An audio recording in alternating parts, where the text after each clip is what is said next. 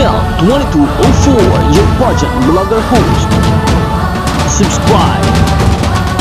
Magandang araw mga kapageant. Napakainit ng pagtanggap ng sambayan ng Pilipino sa pag-uwi ng ating Miss Universe Philippines at ngayon ay Miss Universe 2025 third runner-up na si Atisa Manalo. Mula airport pa lamang ay dinumog na siya ng mga fans, supporters at media. Isang patunay kung gaano kalalim ang pagmamahal ng bawat Pilipino sa ating reyna. Isang nakakaantig na tagpo ang sumalubong kay Atisa Manalo paglapag pa lamang niya sa Pilipinas. Elegant ang kanyang suot habang kumikislap ang kanyang genuine smile sa harap ng mga taong naghihintay sa kanya mula pa madaling araw. Grabe ang energy ng crowd.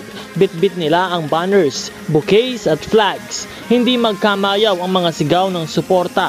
Atisa, Atisa, we love you. Talagang ramdam na ramdam ang pagmamahal at pagmamalaki ng Pilipinas sa kanyang tagumpay bilang Miss Universe 2025 third runner-up.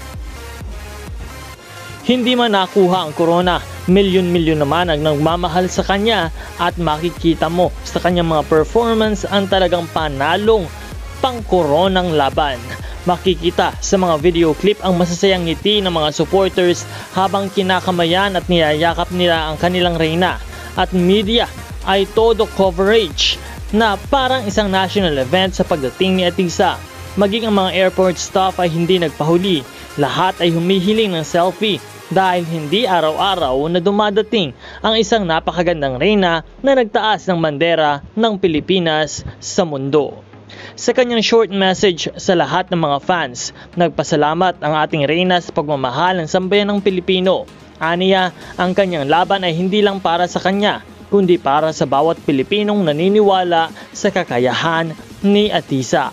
At hindi biro ang kanyang naging performance sa Miss Universe. Consistent, elegant, smart at talagang queenship ang ipinakita niya mula prelims hanggang coronation night. Kaya hindi nakakapagtaka na patuloy na dumarami ang followers at supporters niya ngayon. Ngayong nasa Pilipinas na ang ating reyna ay handa na si Atisa na ipagpatuloy ang kanyang advocacies. Marami ang excited sa mga public appearances, interviews at upcoming projects niya. Isa lang ang malinaw, Atisa Manalo may not have brought home the Miss Universe crown, pero nag-uwi siya ng milyon-milyong puso. At para sa atin, siya pa rin ang reyna ng Pilipinas.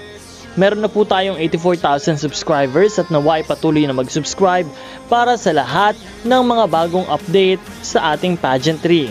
Maraming salamat sa inyong panunood.